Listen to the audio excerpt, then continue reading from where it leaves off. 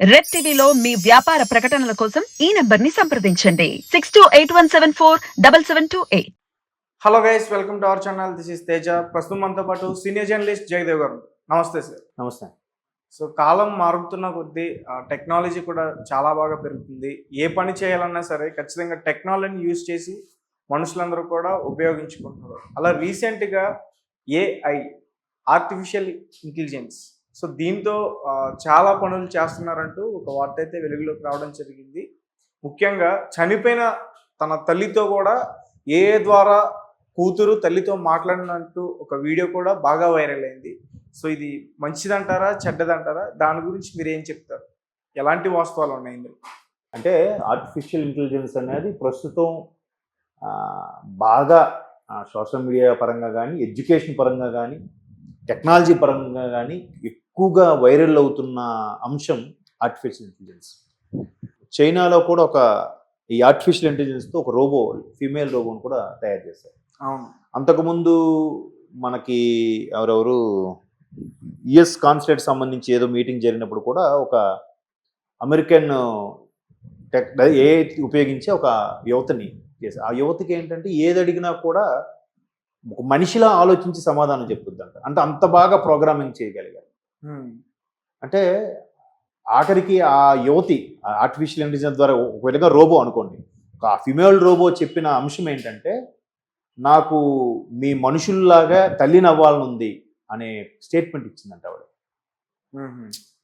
As a ఫిమేల్గా మానవుడు ఎలాగైతే సంపర్కం వల్ల తల్లి అవుతారో అలాగా నేను బిడ్డకి జన్మనివ్వాలి అన్నట్టుగా చెప్పిందండి.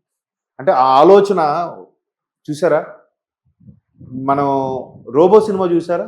రజనీకాంత్ రోబో పార్ట్ 1, పార్ట్ 2 కాదు. ఆ రోబోలో కూడా మనిషిలాగా ఆలోచిస్తే అది మనిషికి కొంత వినాశనమే, అంతే కదా?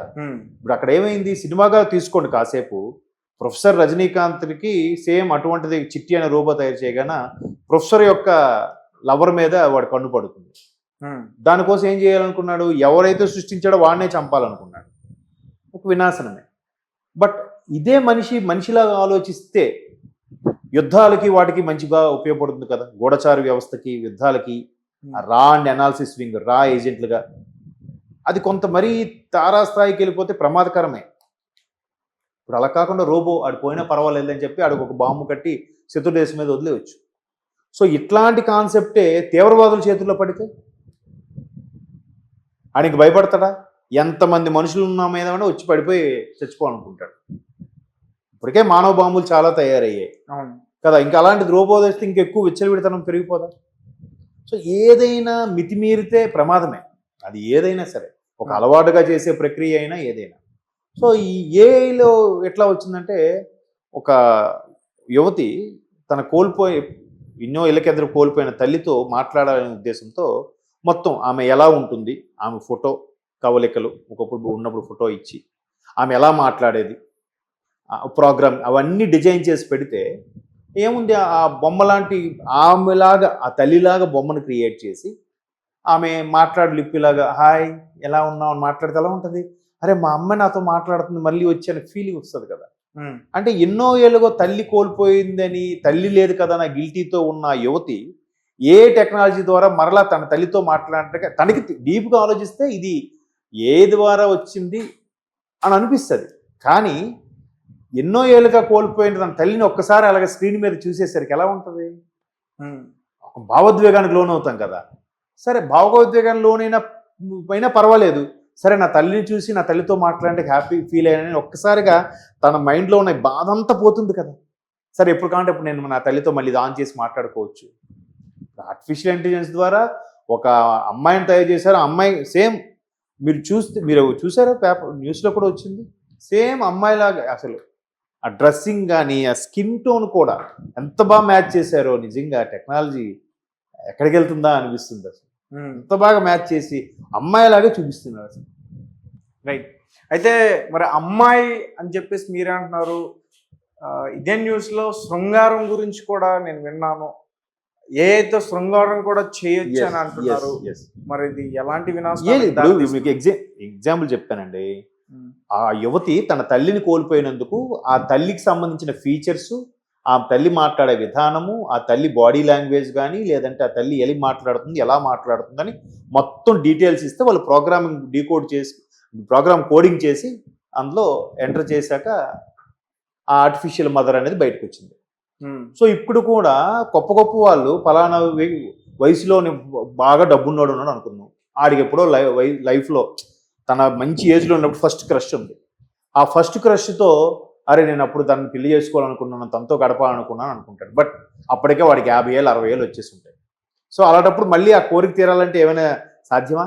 ఆమె ఉందో లేదో బతికుందో లేదో తెలియనప్పుడు ఆ అమ్మాయికి సంబంధించిన ఫోటోను, ఆ ఫీచర్స్ను మళ్ళీ క్రియేట్ చేసుకొని ఆర్టిఫిషియల్ ఇంటెలిజెన్స్ ద్వారా ఆ అమ్మాయిని క్రియేట్ చేసి ఆ అమ్మాయితో సెక్స్గా చేసేవి కూడా ఉన్నాయట. ఇప్పుడు ఏదైతే అమ్మాయిని యువతి తన పోయిన తల్లిని ఆర్టిఫిషియల్ ద్వారా అమ్మతో మాట్లాడినట్టుగా చేసుకుందో అదే చెప్తున్నారు కదా, ఒకటి మంచిగా అది ఓన్లీ తల్లి బిడ్డ కోసం తపన పడింది, తల్లితో మాట్లాడితే హ్యాపీగా ఫీల్ అయిందను. మరి ఇక్కడ కొత్త పొంతులు తొక్కుతుందిగా, విపరీత చేష్టల వైపు వెళ్తుందిగా. ఫలానా అమ్మాయి ఉంది, ఆ అమ్మాయిని నేను అప్పుడులో వయసులో ఉన్నప్పుడు దాన్ని కోరుకున్నాను, నా కోరిక తీరలేదు, ఇప్పుడు ఏం చేయాలి మరి? సేమ్ ఈ ముందు ఈ అమ్మాయి ఏదైతే తల్లిని తను పెట్టుకుందో ప్రోగ్రామింగ్ ద్వారా, వీడు ఆ ప్రోగ్రామింగ్ ద్వారా ఆ అమ్మాయిని పెట్టుకొని అలాంటి అసాంఘిక కార్యక్రమాలకి పాల్పడుతున్నాడు. ప్రతీది కూడా ఇప్పుడు ఒకసారి ఒక కార్టూన్ చూశాను నేను. ఈ పేపర్ వచ్చిన కొత్తలో ప్రింట్ మీడియా గొప్పగా జనాలు ఎక్కడ పడితే అక్కడ పేపర్లు తీసుకొని రోడ్డు మీద ఎక్కడ పడితే కొనుక్కొని చదువుకునేవారట. నిలబడి రోడ్డు మీద చదువుకుంటూ రోడ్డు మీద నడుచుకుని వెళ్ళిపోయేవారట.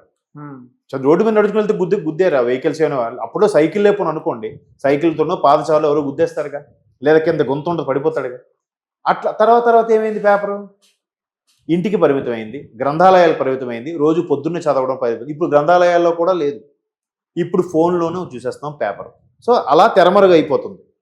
నెక్స్ట్ ఫోను ఇప్పుడు ఎలా ఉంది? పిచ్చి వేలం వెర్రి మనిషి ఒక చెయ్యి లేకపోయినా వెళ్తాడేమో కానీ ఫోన్, అరే నా ఫోన్ ఎదురా, ఫోన్ లేకపోతే మాత్రం బయటికి వెళ్ళలేకపోతే ఒక ఆర్గాన్ అయిపోయింది, మానవ శరీరంలో ఒక అవయవం అయిపోయింది మొబైల్. అవునా కదా?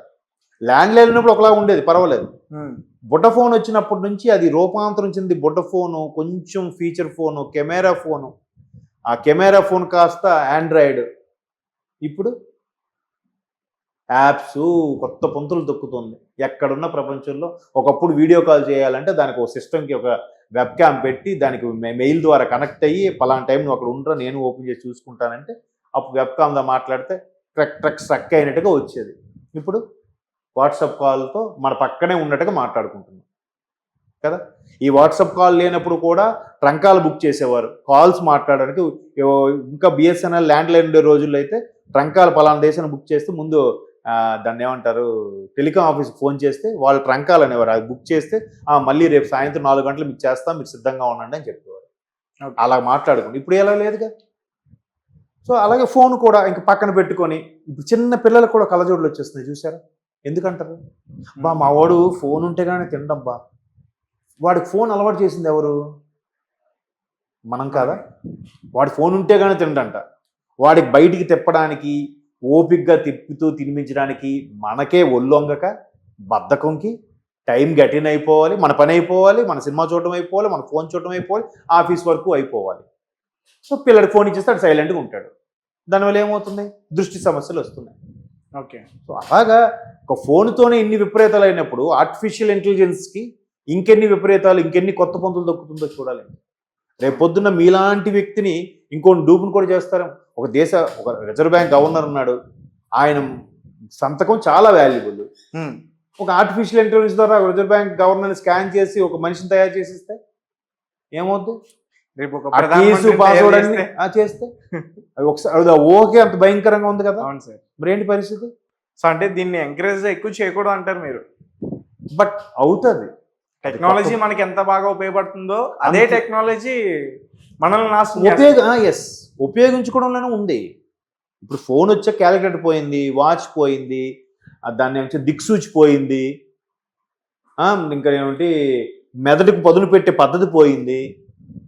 ఒకప్పుడు లెక్కలు చెప్తే సర్వే లెక్కలు కూడా ఇలా కొలిచి గొలుసులు, సర్వే లెక్కలు తెలుసు కదా, భూమి కొలతలు వాళ్ళు నోట్ లెక్కతో చెప్పేశారు ఆ భూమి ఎన్ని గజాలు, ఎన్ని చదరపు గజాలు, ఎన్ని చదరపు మీటర్లు, ఎన్ని ఎకరాలు, ఎన్ని సెంట్లు అని ఇట్లా లెక్క వేసి ఇప్పుడు ల్యాప్టాప్ ఓపెన్ చేయాలి, ఫోన్ ఓపెన్ చేసి సరే ఇదంతా క్యాలిక్యులేట్. ఓకే. దానివల్ల మెదడు బ్రెయిన్ షార్ప్నెస్ తగ్గిపోతుంది. అంటే So, ఏది- మొద్దు మారిపోతుంది అంటారా? మీరు ఆఖరికి ఎట్లా అయిపోయిందంటే అన్న ఒకసారి కలపండి అంటే ఒక్క నిమిషం క్యాలిక్యులేట్స్ కొడుతున్నాడు. ఎందుకు ఇప్పుడు 12 ఎంత 12 12 24 24 6 30 అలా నోట్లకి ఎవరైనా వేస్తున్నారా? లేదు.